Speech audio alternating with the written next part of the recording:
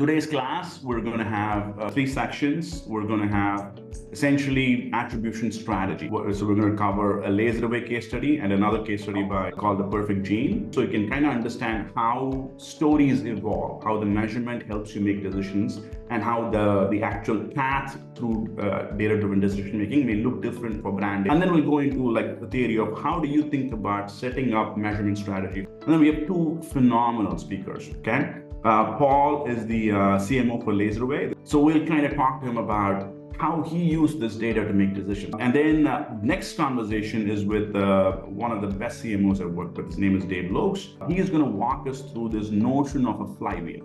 And he's the one who taught me to think of customer segments as P&Ls. So typically when I'm thinking about a channel, what's my experience with it? And I try to come to a logical conclusion about the effectiveness. And for Pandora, I use the app, right?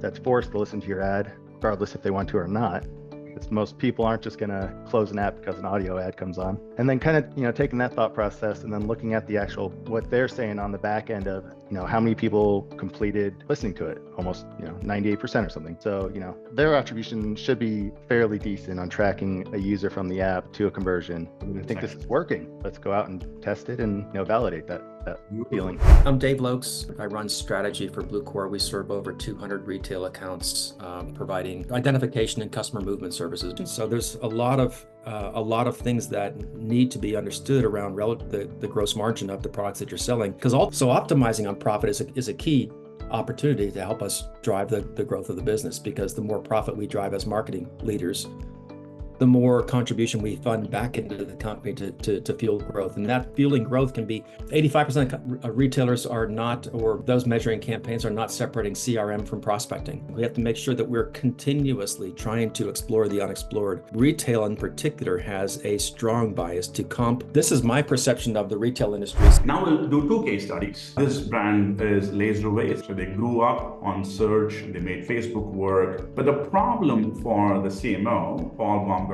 was that he could make the lower funnel channels, but he's not able to make any of the mid funnel channels work, which is where he engaged us for advanced attribution studies to understand the efficacy of the mid and upper funnel channels. Okay, let's go to the next case study. It's a DTC fashion brand. Brands born on Instagram, grew up on Instagram type of a brand. So they entirely is a paid social. We did triangulation analysis. We used the benchmark. And then when we looked at the CPAs, TikTok is actually stronger. So we're going to do two things. One, we're going to run a geo test. We did the media mix model, and test came back and confirmed what the benchmarks were throwing at us for ROAS numbers. We built similarly media variables, econometric variables, and then we use something called auto-regressive variable is a dependent variable where you use sales from prior weeks.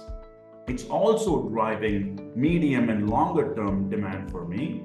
And if I take that and give it back to media, all of a sudden my CPAs are much more efficient. We use this to go and scale spend into TikTok and Facebook. Any other questions? But how do you measure the interdependency between brand and non-brand, right? Could you utilize the brand as your dependent variable and see which channels are driving brand and then put that back in? Are there challenges ever building an incrementality test framework for two different channels where you feel like the path to purchase is drastically different? Yeah, I was just curious, when looking at the incrementality testing results, especially for the mid and upper funnel channels, did you look at leads as its separate metric versus lead revenue, just to see if there was any? Did you feel like this was adequate time to work through these steps? Was this an accelerated pace, a slow pace? Like, how does this compare to what you would consider ideal? Thank you so much.